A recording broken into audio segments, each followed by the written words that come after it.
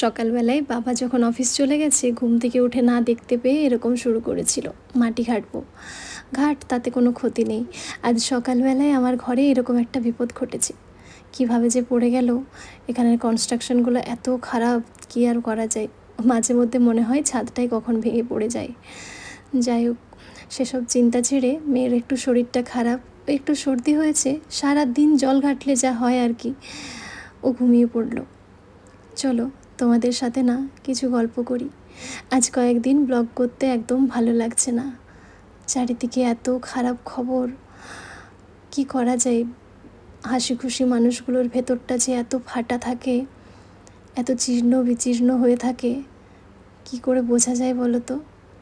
ছোটোবেলায় যখন নিজের একটা ফোন হয়েছিল, জানো তো, সেই ফোন থেকে যখন কোনো বন্ধু বান্ধবীকে ফোন করতাম বা ছাদে বসে একটু ফোন করতাম, হঠাৎ যদি মনে হতো যে কেউ একটা সিঁড়িতে কান পেতে শুনছে, সেটা আর কেউ না, মা।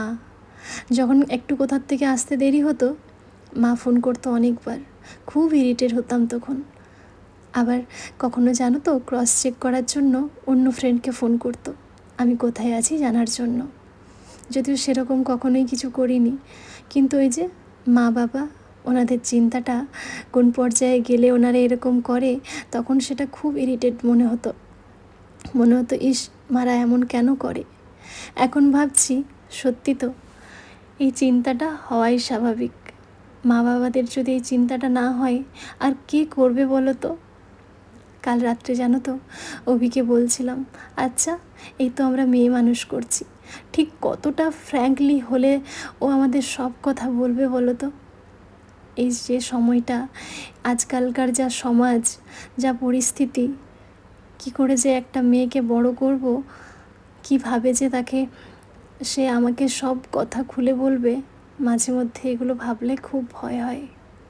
কি জানি, ওই যে ভবিষ্যৎ নামের একটা শব্দ আছে, আর তার সাথে জুড়ে আছে একটা ভবিতব্য। এই জিনিসটাই যেন ভয়ের, জানো তো। চলো, কিছু করার নেই। সময়, পরিস্থিতি, ভবিষ্যৎ, কোনো কিছুই দেখতে পাওয়া যায় না। যা হবার তা তো হবেই, বলো। আর জানো তো, অ্যাকোয়ারিয়ামটা পরিষ্কার করেছিলাম। বাড়িতে একটু শাক রাখা ছিল, অভির শাক খেতে খুব ভালো লাগে, ওর জন্য একটু বানিয়ে দিলাম। আর ছিল না, একটু বেগুন ভাজা করে দিয়েছিলাম। এই বেগুন ভাজা না আমার খেতে খুব ভালো লাগে। শাক আমার একদমই পছন্দ না, কিন্তু ওই যে অভি একটু জোর করে বলে, তাই একটু শাক খাওয়া হয়। আর ওই একা বাড়িতে থাকলে যা হয়, একবার করে মেয়েকে দেখতে যাই, আর একবার করে রান্না করি। আর এই যে হঠাৎ মনে হলো আজকে ডিমের যে তরকারি করব, একটু গরম মশলা দেব। আমি অন্য সময় মশলা একটু কম ইউজ করি, আজকে মনে হলো একটু মশলাই দিই। কখনো সখনো একটু মশলাদার জিনিস খেতেও খুব ভালো লাগে। ওই অভি সকালে গিয়েছিল পুরী, ওর অফিসের কাজে, এসে বলল তাড়াতাড়ি রান্না করে রাখবে, আমি খেয়ে আবার আমার সাইডে যাব। তার জন্য তোড়জোড় করে যেটুকু পেরেছি করেছি। বাচ্চা যখন ঘুমিয়ে থাকে, মনে হয় কোনটা ছেড়ে কোন কাজটা করব। এ করতে মহারানী দেখেছো উঠে পড়ল। অগত্যা ওকে নিয়েই কাজ করতে হচ্ছে।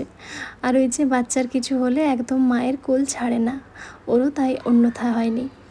একটু সর্দি হয়েছিল বলে আমাকে আর ছাড়তে চাইলো না।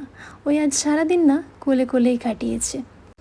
তাও মনে হলো, এই সব ঘটনাগুলো দেখে মনে হচ্ছে তুই কোলেই থাক, তুই ছোটই থাক, বড় আর হোস না। এই কোলে যখন আছিস, তোর সব কিছু কষ্টটা আমি বুঝতে পারি। যখনই কোল ছেড়ে অন্য একটা রুমে থাকবি, তখনই তোর জিনিসগুলো, তোর কষ্টগুলোও যেন একটা দেওয়ালের ওপারে আড়াল হতে থাকবে। যাই হোক, অনলাইন থেকে না ওর বাবা খেলনা অর্ডার করেছিল। লোকের বাড়িতে যখন যাই, তাদের খেলনাগুলো খুব পছন্দ হয়। অভিকে বলতে ও 2 খেলনা অর্ডার করে দিয়েছিল। কিন্তু কি করা যায়, নিজের খেলনা কোনো বাচ্চার পছন্দ হয় না। এই তো বাবা মেয়েকে খেতে দিলাম। তোমরা সবাই না খুব ভালো থেকো।